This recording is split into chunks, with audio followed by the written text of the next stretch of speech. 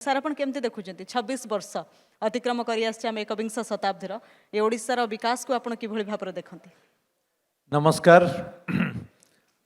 Nandighosh TV एवं सकाळ news paper को मु धन्यवाद देवी जे ये जो दी जन स्टलवार्ड का भितर जड़े विराट कोहली जड़े रोहित शर्मा ता भितर गोटे छोटकाटिया रणजी ट्रॉफी प्लेयर को डाक धन्यवाद देवी।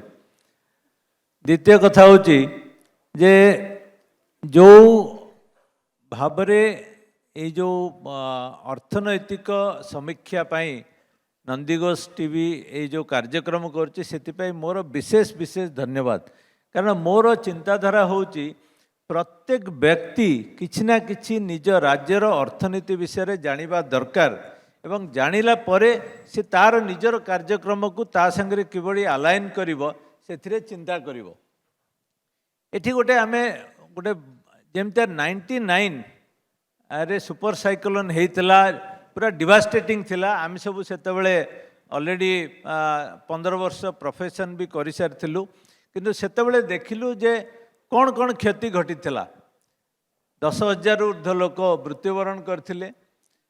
जो प्रकार ताको रिवाइव करिया पई समय लागिला जे आमर आइडेंटिटी ओडिशा बाहरे थिला जे आपण सेही राज्य जोटी सुपर साइक्लोन हेइथिला that was our only identity.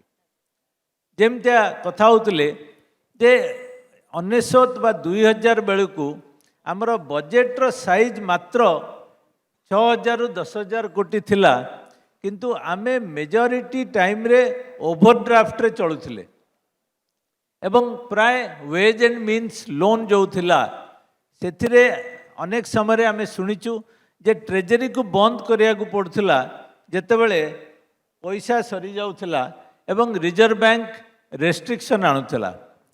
तापर गोटे समय आसिला मु जेतु दुई जण सीनियर लीडर अछंती मु कथा कहला बेलू हुए तो किछि जिनिस को लाइक न करि पारंती सेतबे मते क्षमा करदेबे। आमे 2001 पर जेतबेले आसिले सेतबेले Odisha was in a debt trap. कारण अनेक ही पारे किंतु सेतबेले ओडिशा लोन करुथिला लोन रिपेमेंट करिया पे ताकू टेक्निकली कहंती जे डेट ट्रैप। एवं सेतबेले नेचुरली जेतबेले आपण लोन करंती लोन रिपेमेंट करिया पे आपणकर डेवलपमेंट पाई सेतिकी स्कोप न थाए। कारण आपण गोटे रेवेन्यू डेफिसिट स्टेट हिसाब रे काम करथांती। आपण जेतिकी आय करंती ताठू जो खर्च थाए ताठू अनेक अधिका एवं ता भितरु मध्य मेजॉरिटी होची प्रेसिंग सैलरी एंड वेजेस एवं जो थरे आपण किछि करि परिबे नै।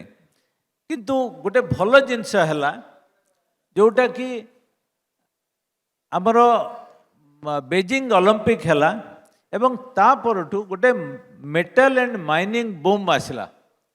जो आयरन ओर खूब सस्ता रे बिक्री होउथला तापरे तार दाम अनेक गुण बढ़ी जाइथला एवं एटा ओडिशा को सहायक हला। सक्सेसिवली जो माइनिंग रेवेन्यू प्राय 500-600 कोटी थिला सेटा धीरे धीरे 1000 रे आसिला। एवं ताकू टिके शॉर्ट करिया पे मु कहूची जो माइनिंग रेवेन्यू 7,000 कोटी परवर्ती समय 13,000 कोटी हला जेतले अमेंडमेंट आसिला एमएमआरडीए एक्ट रे सेतेबेले एटा 42,000 को जंप कला। कारण सेटा गोटे रेवेन्यू शेयरिंग मॉडल रे आसिला एवं जोटा कि भृगु भाई कहउथिले जे वर्तमान सेटा हमर 50,000 कोटी रे पहुंचलानी।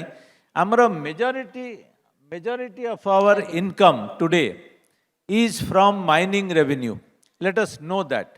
एवं जो जीएसटी कलेक्शन होची जोटा कि प्राय 30 रु 36,000 कोटी ता भितरु मेजॉरिटी पुणी थरे जो माइनिंग रो जीएसटी सेटा होची सेकंड बिगेस्ट एवं थर्ड बिगेस्ट होची जे एक्साइज रेवेन्यू जोटा कि बहुत जल्दी द्रुत गति रे बढ़ी बढ़ी चली तार मु ता ऊपर मध्य कमेंट देबी नहीं।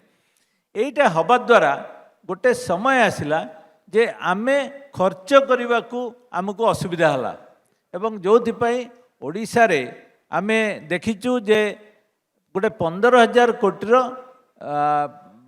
बजेट स्टेबलाइजेशन फंड तैयारी कले तापरे मु मध्य अधिक टिप्पणी दौ नै किंतु आमे सेही परिस्थिति रे नथिलु कि खर्च आमे करिबा खर्च किबळी भाबरे करिबु खर्च होई पारलानी बजेट खर्च हो पारलानी तार भल खराब आपण माने चिंता करिवे एवं सेही समय रे आमे गोटे परिस्थिति को गलु जो थिरे आमे मेजर फोकस देलु मेटल माइनिंग एंड मेटलर्जी आमे केवल स्टील प्लांट केते आसीबो ताकू ध्यान देलु एवं जो आमर non mining non metal non metallurgy एवं जो गुड़िक एम्प्लॉयमेंट अधिका तैयारी करिवो आमर ए रेवेन्यू सरप्लस हवा सत्वे आमे किंतु सेही दिग को अधिक अट्रैक्ट हो पारलु नहीं आमे अधिक इंडस्ट्री को मोबिलाइज करि पारलु नहीं ओके एवं जहाज र फलस्वरूप आम लोक माने दादन खटिबा को बाध्य हेले